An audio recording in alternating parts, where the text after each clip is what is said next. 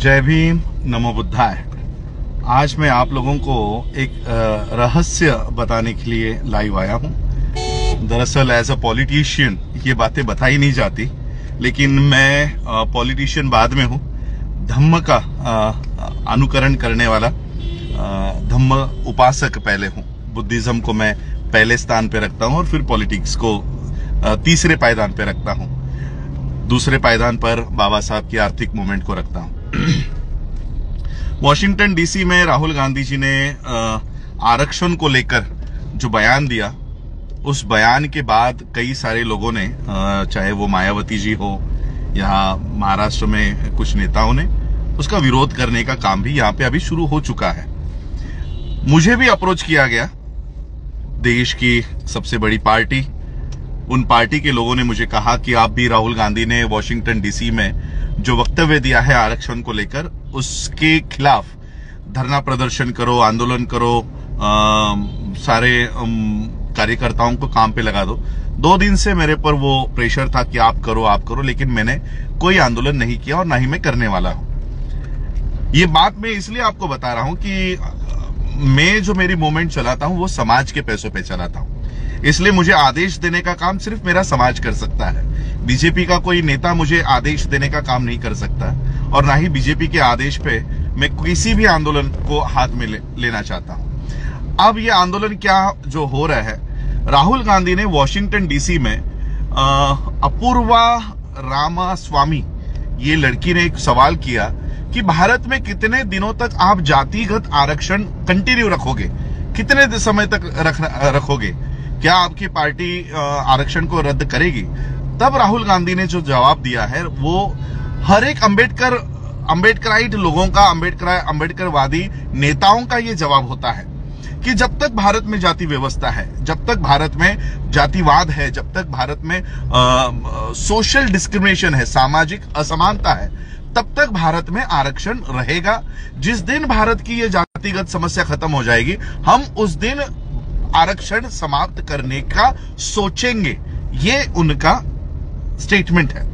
अब मुझे बताओ, क्या किसी भी अम्बेडकराइट, जो प्रॉपर अम्बेडकराइट है, अंदर से बीजेपी या आरएसएस के इशारों पे काम करने वाले नेताओं के बारे में नहीं कह रहा हूं, क्या किसी भी अम्बेडकराइट, सच्चे अम्बेडकराइट को इस बयान से तकलीफ होनी चाहिए? बल्कि ये तो हमारी भूमिका है कि आरक्षण कब तक होना चाहिए कि जब तक जाति है, जब तक जातिवाद है, जब तक सोशल डिस्क्रिमिनेशन है, तब तक आरक्षण होना चाहिए। हम भी आरक्षण छोड़ना चाहते हैं। अरे 75 साल हो गए, हमको उस लिस्ट से बाहर आना है, लेकिन उस लिस्ट से बाहर आने के लिए क्या वो माहौल है? यही बात राहुल गांधी ने कही। इसलिए मैं कोई राहुल गांधी का समर्थक नहीं हूं, न ही मैं कांग्रेस का कोई समर्थक हूं, लेकिन इस बात के ऊपर राहुल गांधी का किस वजह से हम लोग विरोध करें? राहुल गांधी हमारे लिए कोई प्रिय व्यक्ति नहीं है, हमारे लिए कांग्रेस और बीजेपी दोनों सेम है, लेकिन किस वजह से आंदोलन करना है, ये तो हमारे दिमाग को समझना चाहिए। क्या राहुल गांधी के इस स्टेटमेंट के ऊपर हमको आंदोलन करना चाहिए? आंदोलन किस वजह से करना चाहिए मैं आपको बताता हूं। आज जो लोग राहुल गांधी ने वॉशिंगटन डीसी में आरक्षण को लेकर दिए गए इस बयान के ऊपर अगर आंदोलन कर रहे हैं, तो मैं उन लोगों को कहना चाहता हूं कि कल नरेंद्र मोदी, इस देश का प्रधानमंत्री, चीफ जस्टिस ऑफ इंडिया के घर पर गया, गणेश जी के आरती के लिए गया। एक संसद का हेड और एक सुप्रीम कोर्ट का हेड, ये दोनों भी ऑटोनोमस है। इन दोनों को आपस में किसी कार्यक्रम में भी नहीं मिलना चाहिए। ये एक दूसरे के घरों पे जा रहे हैं। चीफ जस्टिस ऑफ इंडिया का विरोध क्यों नहीं कर रहे हो? प्रधानमंत्री का विरोध क्यों नहीं कर रहे हो? ये जो आरपीआई वाले जो छोटे मोटे फ्रैक्शंस है, आठवले गुट है, यहाँ पे हमारे प्रकाश अंबेडकर जी है, वहां पे मायावती जी है, वो इस मुद्दे के ऊपर आंदोलन क्यों नहीं कर रही है? जो लोग आज किसी के इशारे के ऊपर ये आंदोलन कर रहे हैं, उनको इस विषय के ऊपर आंदोलन करना चाहिए, लेकिन वो इस विषय के ऊपर आंदोलन नहीं कर रहे। आंदोलन कर रहे कि राहुल गांधी ने आरक्षण के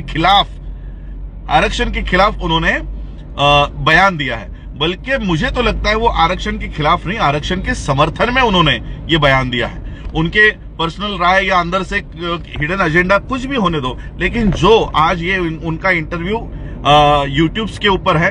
किसी किसी लोगों को इंग्लिश नहीं समझ में आता तो प्रांतिक भाषाओं में भी उसको अनुवाद किया गया है, हिंदी में अनुवाद किया गया है, मराठी में अनुवाद किया है, यूट्यूब्स के ऊपर वो अवेलेबल है।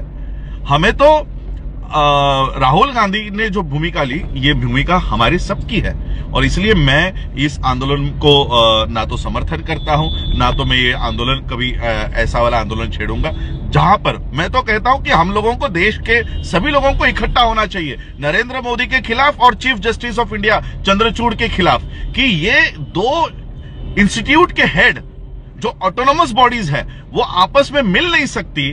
वो एक दूसरे के घरों पे जाके, अगर घर पे, मैं एक एजुकेशन से जुड़ा हुआ इंसान हूं, मैं आपको एक उदाहरण देना चाहता हूं कि बोर्ड के एग्जाम में जिस टीचर का, जिस प्रोफेसर का जो करेक्शंस के लिए, पेपर चेकिंग के लिए होते हैं, उसको पहले पूछा जाता है कि तेरा बच्चा तो एग्जाम्स के लिए नहीं बैठा था ना, तेरे घर का कोई नेफ्यू, तेरा कोई भांजा भतीजा तो एग्जाम के लिए नहीं बैठा था ना। अगर उसका भांजा या भतीजा या बच्चा 10वीं के या 12वीं के बोर्ड के एग्जाम के लिए बैठा है तो उसको पेपर चेकिंग करने की अथॉरिटी नहीं दी जाती, उसको पेपर चेक नहीं करने दिया जाता। क्यों? क्योंकि उसका खुद का कोई तो रिलेटिव उस एग्जाम में बैठा होगा और वो एग्जाम में उसको पास करने का काम करेगा। यहां पर तो खुद प्रधानमंत्री चीफ जस्टिस को मिलने जा रहा है। अब चीफ जस्टिस प्रधानमंत्री के सारे पेपर्स पास कर देंगे।